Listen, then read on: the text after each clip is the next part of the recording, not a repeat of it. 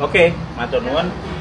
Saya akan coba menerangkan dengan dalam waktu singkat mengenai masalah coronavirus yang sekarang mungkin sedang berjangkit di Indonesia.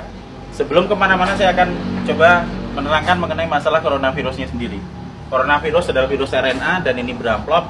Kalau virus beramplop, kita akan membayangkan itu seperti balon, kemudian ada spike-spike-nya di sana. Nah, spike yang di luar ini terdiri dari lapisan glikoprotein.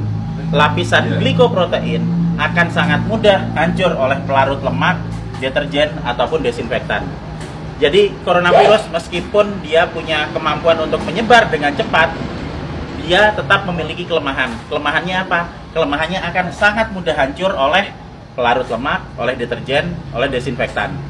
Sehingga jika kita sering cuci tangan, kita sering ngepel lantai dengan desinfektan atau dengan cairan untuk pel, maka virusnya akan hancur dan tidak akan menulari lagi. Nah, kemudian saya akan cerita gimana caranya coronavirus bisa menulari ke manusia. Coronavirus menular ke manusia itu lewat sentuhan dengan material-material yang sudah terjangkit virus pertama, terus kedua pada saat kita berada di keramaian, kemudian ada orang yang mungkin bersin, kemudian kita kena oleh kontak langsung, maka dia akan langsung bisa menulari kita. Tapi sekali lagi kita jangan terburu panik dulu. Kenapa? Karena coronavirus ini tidak seganas seperti yang dibayangkan atau yang ditampilkan oleh media. Kita akan selalu lihat di situ. Sekarang korban coronavirus seluruh dunia ada sekitar di 80.000 sekian penderita. Tapi dari 80.000 itu nanti yang meninggal itu ada sekitar 2.400 yang selalu hanya akan ada di kisaran angka 2-3%. Silakan nanti dilihat di data statistik mengenai seberapa banyak yang orang yang terkena coronavirus dan seberapa banyak yang meninggal. Yang meninggal selalu ada di kisaran antara 2-3%. Berarti sisanya sebanyak 97% itu selamat. Dengan deskripsi lebih detail, yang sakit 53%, sementara sudah ada yang mulai sembuh itu sebanyak 44%. Nanti kita akan cerita kenapa dia bisa sembuh. Jadi begitu coronavirus masuk ke tubuh manusia, maka dia akan menginfeksi sel saluran pernapasan. Hari pertama akan ada bersin-bersin, wajar karena itu sistem imun non spesifik yang bekerja. Hari kedua akan ada pilek. Hari ketiga dan keempat kemudian nanti akan ada demam. Hari kelima demam akan berlanjut, dan jika badan kita fit, maka di hari ketujuh antibodi akan mulai dikeluarkan. Jadi kita akan belajar mengenai sistem imunologi basic di sini. Pada saat terkena pertama kali, maka tubuh perlu waktu 7 hari untuk memasukkan data mengenai virus yang masuk ke sini ke sel memori. Di hari ketujuh ini ada antibodi. Hari ketujuh antibodi akan meningkat, akan keluar di sini hari ketujuh. Hari ke-14 dia akan naik sampai ke atas maksimal. Nah, pada saat antibodi naik di sini, maka antibodi itu akan dipakai untuk melawan virus corona. Karena antibodi sifatnya spesifik. Antibodi anti corona hanya bisa dipakai untuk menangani virus corona.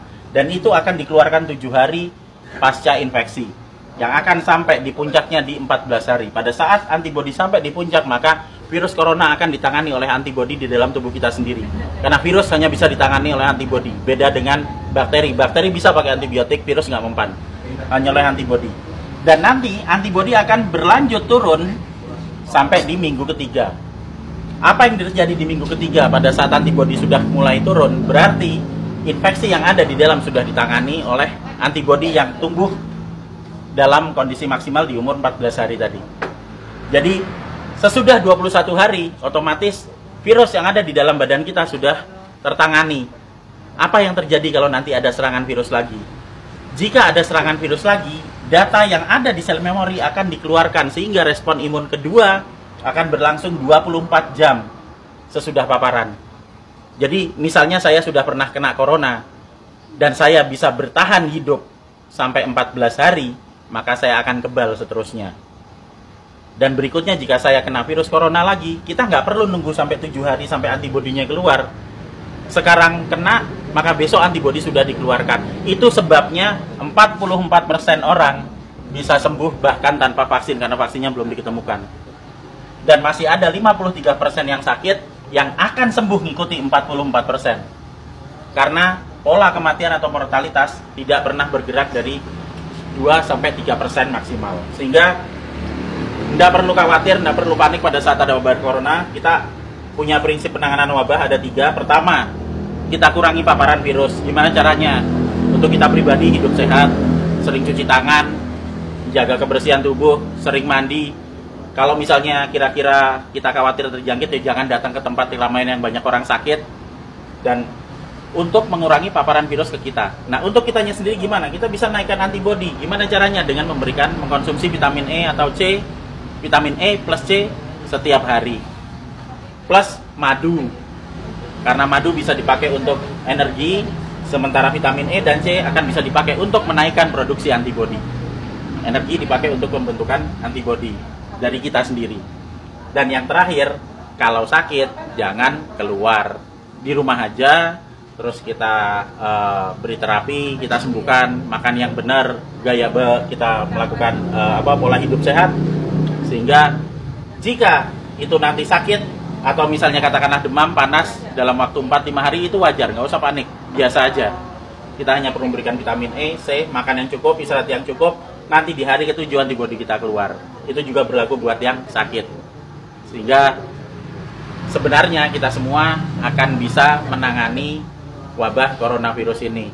Asal kita bisa tahu basicnya seperti apa, ilmunya seperti apa, dan yang paling terakhir, jangan panik.